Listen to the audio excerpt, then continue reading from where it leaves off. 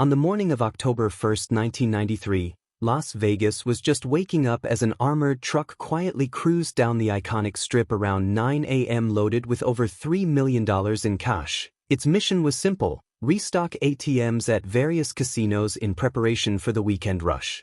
It seemed like a typical day on the job. But as the vehicle pulled up to the well-known Circus Hotel and Casino, the routine took a sharp turn. Two employees, Scott Stewart and Steve Marshall, hopped out to refill the ATMs inside. What happened next would go down as one of the most notorious heists in Vegas history. While her colleagues were inside, the truck's driver, a young woman who previously worked as a nurse, quietly drove away from the parking lot, leaving the men behind and taking all the cash with her. Just like that, she disappeared without a trace, vanishing along with millions in hard currency. Her name was Heather Tallchief. Before taking this job at the security company Loomis, she had led a very different life.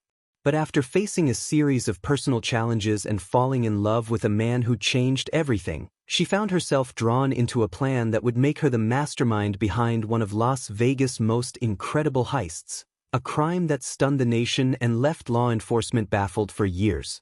3 months before the heist, Heather Tallchief, just 21 years old and a former nurse, moved to Las Vegas with her 48-year-old boyfriend, Roberto Solis. But they didn't come to the City of Lights to gamble or chase dreams the usual way. No, they had something far more ambitious in mind. They settled into a modest apartment in a quiet suburban neighborhood. From the outside, everything looked normal. But behind closed doors, they were laying the groundwork for something bold, a daring robbery that would shock even a city like Vegas. Their plan required access to big money, and what better place than a town fueled by cash, casinos, and constant action? Heather began searching for jobs that involved large sums of money. After a few weeks, she applied to Loomis Armored Incorporated, a well-known company that handled cash transportation for casinos and other businesses. When her application was accepted, she started out in a supporting role, not yet allowed to drive the trucks herself. Even so, Heather didn't complain. She was young, determined, and willing to take any role that brought her closer to the prize. The job gave her a front-row seat to the inner workings of Vegas money flow, and the knowledge she gained would soon become crucial. But Heather's motivation went beyond just greed. Her life hadn't been easy. She came from a troubled family in Buffalo, New York, where her parents' divorce left her stuck in a loveless home with a cold stepmother and an alcoholic father. By 16, she'd had enough and moved to San Francisco to live with her mother, hoping for a fresh start. In San Francisco, Heather focused on turning her life around. She enrolled at City College and pursued her dream of becoming a nurse. After earning her certification in 1991, she landed a job at an AIDS hospice, later moving on to the California Pacific Medical Center. Her natural empathy made her a favorite among patients. She truly cared, at least in the beginning. But over time, the pressure began to take a toll. The emotional demands of nursing, especially in such high-stress environments, wore her down. She became overwhelmed, lost motivation, and slowly slipped into a spiral of alcohol and substance abuse as a way to cope. Her performance suffered. The Heather who had once been praised for her compassion now seemed disconnected and aimless. Eventually, the hospital had no choice but to let her go, a decision that sent her deeper into a cycle of despair and self-doubt. With her career in ruins, Heather started frequenting local bars and nightclubs, looking for a temporary escape from her bleak reality. And one night, that escape came in the form of a man who would change everything. He was in his late 40s, well-spoken, confident, and had an almost magnetic presence. When he offered her a drink at a club, she didn't hesitate. She was instantly drawn to him. That man was Roberto Solis. Despite the significant age gap between them, Heather quickly fell for him. He offered her attention, stability, and what felt like love, something she had long been starved of. She moved out of her mother's house to live with him, unaware of the dark path she was stepping onto. What Heather didn't know at the time was that Roberto Solis wasn't just any charming older man, he was a convicted felon with a violent past. Back in 1969, he had taken part in an armed robbery at a Woolworth store in San Francisco. During the botched heist, he and his accomplices tried to rob a Loomis armored car. The cash bag turned out to be empty, but the situation escalated quickly. In a fit of rage, Roberto got into a fight with the guard, which ended with the guard fatally wounded. For that crime, Solis was sentenced to life in prison. But Roberto wasn't an ordinary inmate. He was intelligent, artistic, and persuasive. While behind bars, he devoted himself to writing and poetry. Over 17 years, he published 5 books under the alias Pancho Aguila and earned a surprising amount of respect in literary circles. Writers and poets from across the country supported him, praising his transformation and calling for his release. Eventually, their voices were heard. In 1986, the prison board granted him parole, impressed by his apparent rehabilitation and creative achievements.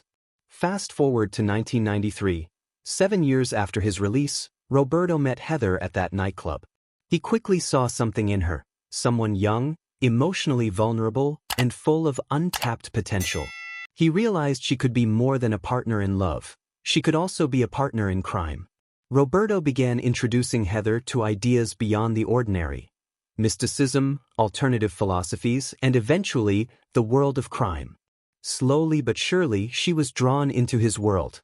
And to no one's surprise, at least not his, Heather said yes to everything he proposed. By July 1993, just a few weeks into their relationship, Heather and Roberto packed up and moved to Las Vegas. Their goal wasn't to start over, it was to make their move. Roberto urged Heather to apply for driver positions at several armored cash transport companies. Meanwhile, under a fake identity, he rented a commercial warehouse on the outskirts of the city and set up a front business called Steel Reinforcement Services, claiming to retrofit armored vehicles. Heather applied for a job at Loomis Armored, using a fabricated reference from Julia Suave, a made-up name Roberto used as part of the con. She told Loomis she had worked security for him, adding legitimacy to her resume. The lie worked. She was hired and quickly assigned to assist with cash deliveries to casinos, the beating heart of Vegas, always hungry for hard currency. Heather impressed her supervisors with her dedication and calm under pressure. It wasn't long before she was promoted to driver. This promotion gave her access to exactly what they needed: untracked, unmarked cash used to fill ATMs. These bills often didn't contain die packs or GPS trackers, making them ideal for theft. Over the next 3 months, Heather quietly took mental notes: timing of deliveries, security routines, traffic patterns, and escape routes.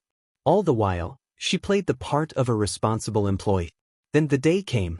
On October 1, 1993, she didn't drive her own car to work, she took a taxi. At the same time, Roberto cleared out their apartment and began prepping the warehouse for the final step of the plan. That morning, Heather and her 2 partners, Scott Stewart and Steve Marshall, loaded the Loomis truck with stacks of $20 and $100 bills, totaling over $3 million. They received clearance from dispatch, and Heather pulled the truck out onto the Las Vegas Strip, beginning what was supposed to be a routine round of ATM refills. But she had something else in mind. As they made their way up Las Vegas Boulevard, Heather waited for the right moment.